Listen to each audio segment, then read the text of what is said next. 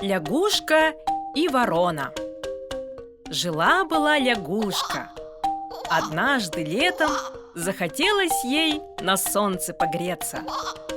Села она на берегу озера и нежится.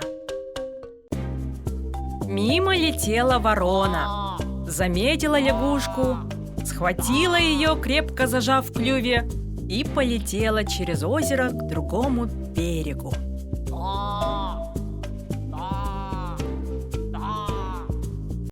Лягушка видит, дела плохи.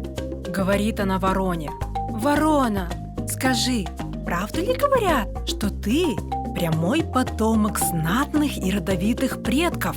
Говорят, все в вашем роду по наследству получают громкий голос».